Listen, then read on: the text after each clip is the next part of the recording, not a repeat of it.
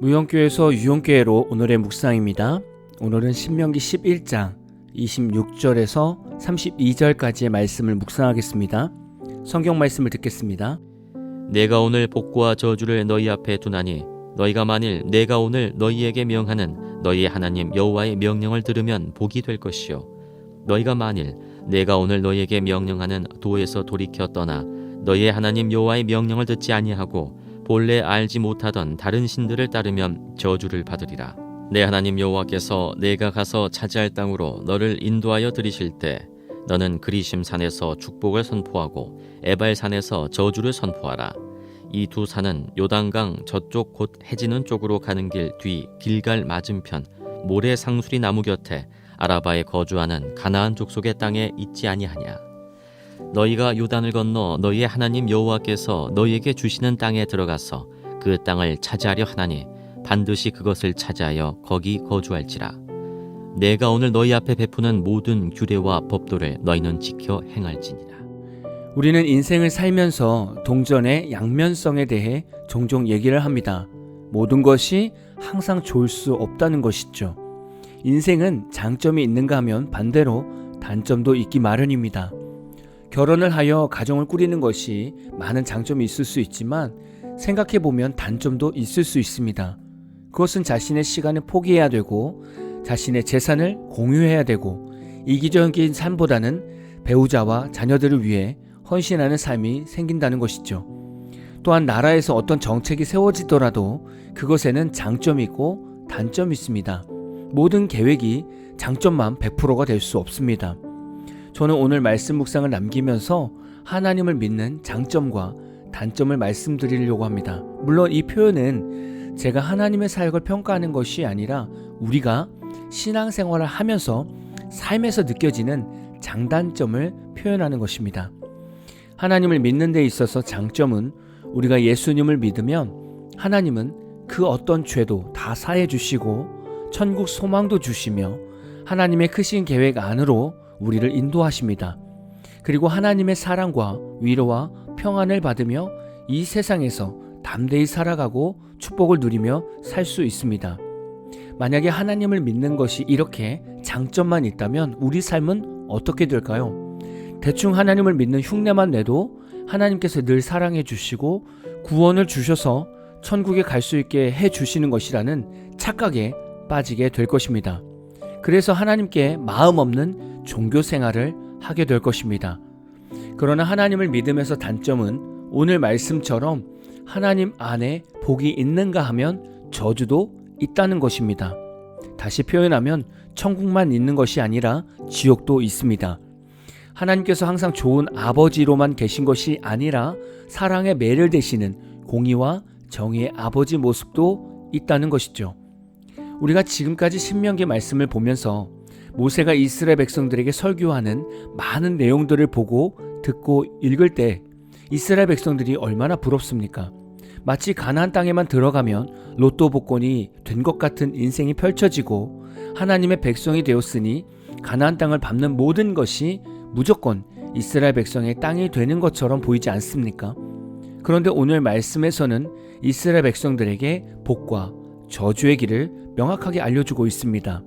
하나님을 사랑하고 하나님의 말씀을 지켜 행하면 모든 삶이 복이 되지만 하나님의 백성이고 하나님의 말씀이 이스라엘 백성 삶에 있어도 말씀대로 살지 않으면 저주의 삶이 임할 것이라고 말씀하고 있습니다. 제가 여러 곳에서 사역하면서 젊은 청년들과 신방하다 보면 이들 생각에는 항상 좋은 하나님, 사랑의 하나님만 믿으려고 하고 기억하고 싶어 합니다. 그래서 자신들이 죄 가운데 있어도 하나님은 사랑이시니까 다시금 사랑해 주실 거라는 막연한 기대감을 가지고 있습니다. 또한 언제든지 다시 돌아가면 하나님이 받아주실 것이니 지금은 좀 방황하며 살고 싶다고 말하는 청년들도 있습니다.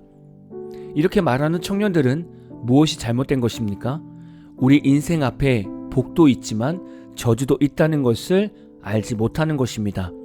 하나님의 복 안에는 하나님의 사랑도 가득하고 위로와 평안과 재물과 지혜 등이 가득하지만 반대로 우리가 말씀을 버리고 하나님을 버리면 저주의 삶이 임하는데 그 안에는 절망과 실패와 고난과 고통과 우울과 슬픔으로 가득하게 되고 이 시간이 길어지면 지옥의 삶으로까지 나아가게 됩니다. 오늘 말씀에서는 모세가 하나님이 말씀하신 것을 이스라엘 백성들에게 명령하는 것이죠. 가나안 땅에 들어가서 그리심 산과 에발 산으로 백성들이 올라가라는 것입니다. 그리고 그리심 산에서는 축복을 선포하고 에발 산에서는 저주를 선포하라고 말합니다. 왜 하나님께서는 이스라엘 백성들에게 이렇게 명령하셨습니까? 이 두 산으로 축복과 저주에 대한 증인을 삼는 것이며 이스라엘 백성들에게는 시각적 증거를 남기기 위한 것일 겁니다. 당시 그리심 산은 남쪽에 있었기 때문에 햇볕이 잘 들어서 나무가 울창하지만 에발산은 북쪽에 있기 때문에 그리심 산과 정반대의 모습을 가지고 있었습니다. 그래서 이스라엘 백성들이 서로 축복과 저주를 외치면서 하나님의 말씀을 순종할 때의 삶과 순종하지 않았을 때의 삶을 산을 통해서 각인이 되는 것입니다. 여러분은 하나님을 제대로 믿었을 때의 영적 상태와 하나님을 떠나서 살았을 때의 영적 상태를 명확하게 구분할 수 있으실까요? 혹시 그렇다면 분명 하나님과 함께 온전히 동행했을 때는 복의 삶이 되었을 것이고 하나님을 떠나 있을 때는 저주처럼 지옥의 삶을 살았을 것입니다. 우리는 오늘 말씀을 통해서 이스라엘 백성처럼 동일하게 외쳐야 합니다. 하나님의 말씀을 순종하면 복이요, 하나님의 말씀을 버리면 저주라.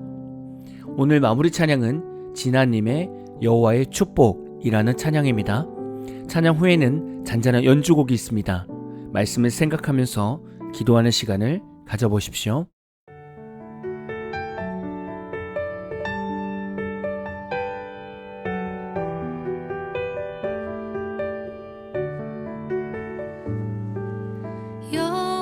여호와는 내게 복을 주고 너를 지키시길 원하며 여호와는 그 얼굴로 은혜 베푸시길 원하네. 여호와는 널 바라보사 평강 주시기를 원하노라. 여호와는 내 아버지, 여호와는 너의 주님이라.